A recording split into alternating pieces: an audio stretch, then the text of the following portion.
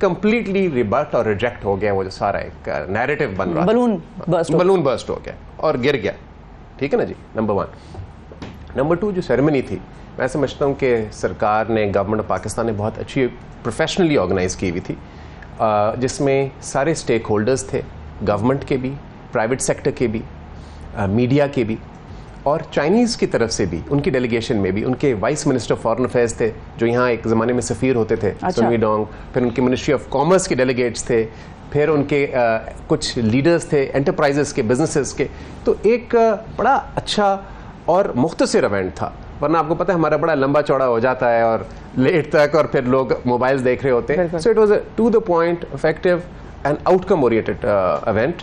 اور اس میں شفا میں سب سے اہم بات بتانا چاہوں گا کہ آؤٹ کم کیا تھی اتنی اچھی سیریمنی کی, وہ یہ تھا کہ وائس پرائم منسٹر نے 4 چیزیں اناؤنس کی. اچھا, سی پیک کے سیکنڈ فیز میں, کیونکہ 10 سال تو ہو گئے ہیں جو ہم نے منائے ہیں, تو اگلے 10 سال میں کیا ہوگا, اور جس میں آپ کو پتا ہے میڈیا کا بڑا اہم رول ہوگا اسے سپورٹ کرنے میں. انشاءاللہ جی, انشاءاللہ. پاکستان کی ترقی کے ساتھ ہی سارے سیکٹرز نے اٹھنا ہے. ملک ترقی نہیں کرے گا تو آپ انڈیویجولی یا بزنسز انڈیویجولی ترقی نہیں کر سکتے. فرسٹ فیز میں اب اچیومنٹس جو تھیں ہماری, مصطفیٰ صاحب, وہ کیا ہم نے اچیو کی, کون سے ایسے گولز تھے, اور کتنے ان میں سے, مطلب کتنے % ہم نے اچیو کر لیے in the first decade of CPEC? جی, سب سے پہلے تو شفا, جب بھی آپ ایک چھوٹا سا گھر بھی بناتے ہیں اگر, تو اس میں بھی کبھی کبھی ڈیلیز آئیں گے. بالکل آئیں گے. اس میں کبھی ٹھیکیدار بھی مار ہو جائے گا, کبھی بارش ہو جائے گی, سیمنٹ لینٹر نہیں ڈل سکے گا. تو یہ چیزیں ہوتی ہیں. آپ سوچیں کہ ایک تیسری دنیا کا ملک ہے Pakistan, we are a developing country, میں ماننا چاہیے, ایسی کوئی بات نہیں ہے. ہم نے پہلی دفعہ اتنی بڑی انویسٹمنٹ ویلکم کی ہے جب سے ہماری تکمیل ہوئی ہے, پہلی دفعہ. بالکل. اور اس میں بہت سے پروجیکٹس بہت کامیابی کے ساتھ تیزی سے آگے گئے. جیسے آج ہم بیٹھے ہیں, آپ کا اے سی آن ہے, لائٹس آن ہے, جنریٹر کی نہیں ضرورت ہے. انرجی کا کرائسس آپ کا 5000 میگا واٹ کا جو شارٹ فال تھا وہ آپ نے حل کر دیا ان کارخانوں سے جو چائنا کی طرف سے انویسٹ ہوئے ہیں پاکستان. اور انویسٹ ہوئے, یہ بڑا اہم لفظ ہے, انویسٹ. لون نہیں تھا, انویسٹمنٹ آئی. ٹھیک ہے جی. تو 5000 میگا واٹ کا شارٹ فال ختم ہو گیا آپ کا. اس کے بعد آپ نے 5000 کلومیٹر کی موٹر ویز بنائی. آپ کو یاد ہے جب ہم چھوٹے تھے, ایٹ دیٹ ٹائم کراچی سے اسلام آباد کوئی نہیں آ سکتا تھا, نہیں آ سکتا تھا نا. ان کووڈ ایوری ون ڈرو فرام کراچی ٹو اسلام آباد, اور بڑا فریکوینٹ ٹریول ہوا بیکاز آف دا سکر ملتان جو موٹر وے جو آپ نے بنائی سی پیک کے تحت, اور کنیکٹیوٹی بڑھ گئی, اور صبح لوگ نکلتے تھے, شام کو پہنچ جاتے تھے. پھر گوادر کا آپ کو یاد ہے کہ کوئی نہیں کبھی بات کرتا تھا گوادر کا, 2013 سے پہلے ایسا ہی ہے, کوئی بات ہی نہیں ہوتی تھی گوادر کی. اب ہمارے عرب فرینڈز جو ہیں, فرینڈلی کنٹریز, وہ بھی آ رہے ہیں, ریفائنری لگا رہے ہیں. کل آپ نے دیکھا ہے پاکستان منرل سمٹ میں بلوچستان کی بات ہوئی ہے, گوادر کی پھر بات ہوئی ہے کہ وہاں سے ایکسپورٹ بھی ہوں گے منرلز. تو گوادر میپ پہ آ گیا. اور اس سال آپ کو پتہ ہے کہ گوادر میں سب سے بڑا پاکستان کا انٹرنیشنل ایئرپورٹ انوگریٹ ہونے جا رہا ہے. تو اتنا سارا کام ہوا. آپ کو یاد ہے تھر کی بات کر لیتے ہیں. تھر ہم نے کہا ہمیشہ لوگوں نے یہاں کہ جی ڈیڈ جگہ ہے, کچھ نہیں ہو سکتا, کول اس کا پور کوالٹی کا ہے, وہاں صرف ڈیزرٹ ہے, اور بالکل وہاں ہمیشہ کوئی ڈیولپمنٹ نہیں ہے اور بہت غربت ہے. بس ایک یہ پرسیپشن تھا, ایک تاثر تھا. وہاں 2500 میگا واٹ ابھی بن رہی ہے بجلی جو آپ کے ملک میں آ رہی ہے, اور وہاں خواتین جو ہیں ڈمپر ٹرکس چلا رہی ہیں. میں نے خود 5-6 مہینے پہلے جا کے دیکھا ہے. اور وہ خواتین جو پہلے ہاؤس وائفز تھیں وہ اب کھانا بناتی ہیں اور وہ بیچتی ہیں.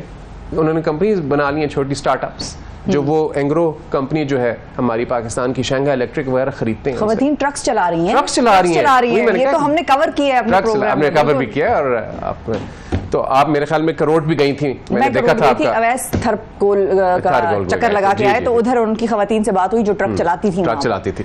اور ایک اور بڑی اہم بات ہے کہ اقلیتیں جو ہیں, مائنورٹیز جو ہیں, ہندو خواتین, وہ بھی بہت ترقی کر رہی ہیں اور اس میں انوالوڈ ہے, کیونکہ وہ زیادہ ہندو ایک ایریا ہے تھر جو ہے. تو بہت ٹرانسفارمیشن آئی ہے. لیکن جہاں کام زیادہ ہو سکتا تھا وہ بھی ہمیں بات کرنی چاہیے. جیسے اسپیشل اکنامک زونز ہے, انڈسٹریل زونز ہے, میں سمجھتا ہوں وہاں زیادہ ہم کام کر سکتے تھے. جو ریلوکیٹ کر رہی ہیں فیکٹریز چائنا سے, وہ وہاں آ سکتی تھیں, اتنی نہیں آئیں جتنی آ سکتی تھیں اس وقت میں. لیکن جو اگلے 10 سال ہیں, میں جو آپ کو بتا رہا تھا بریک سے پہلے, جو نائب وزیر اعظم نے جس کی بات کی کہ سی پیک کے اندر وہ ایک گرین کوریڈور